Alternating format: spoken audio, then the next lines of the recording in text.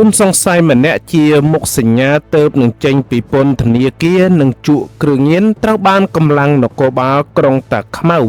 ឃាត់ខ្លួនភ្លាមក្រោយធ្វើសកម្មភាពដើរលួចកោតដាក់ធាតុឆ្អឹងខ្មោចរបស់អ្នកភូមិយកទៅបោកកំទេចចោលដើម្បីរកលុយនៅក្នុងកោតទាំងនោះហេតុការណ៍នេះបានកើតឡើងកាលពីវេលាម៉ោង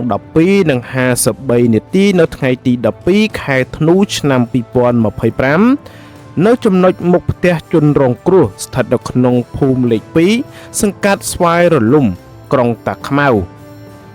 ជនសង្ស័យដែលត្រូវបានសមត្ថកិច្ចចាប់ឃាត់ខ្លួនមានឈ្មោះពៅតូឡាហៅតុភេទប្រុសអាយុ 23 ឆ្នាំមុខរបរមិនពិតប្រាកដមានទីលំនៅនៅភូមិលេខ 2 សង្កាត់ស្វាយរលំក្រុងតាខ្មៅមានសារធាតុញៀនជននេះធ្លាប់ជាប់ពន្ធនាគារខេត្តកណ្ដាលរយៈពេល 2 ឆ្នាំករណីលួច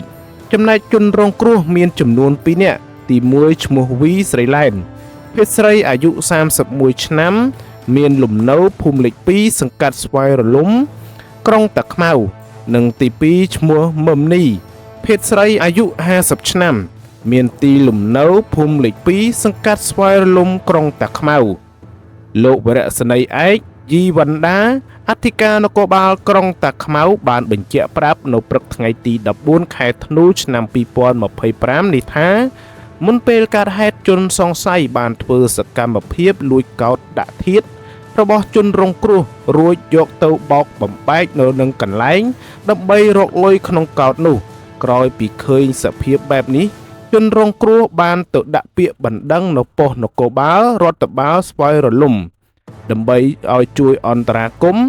ទើបឈានទៅដល់ការឃាត់ខ្លួនជនសង្ស័យបានភ្លាមតែម្ដងលោកវរៈសេនីយ៍ឯកយីវណ្ដាបានបញ្ជាក់ថាវត្ថុតាងដែលសមត្ថកិច្ចរកឃើញនៅកន្លែងកើតហេតុមានកំទេចកោតដាក់ធាតុមួយចំនួនដែលត្រូវជនសង្ស័យបោកបំបែក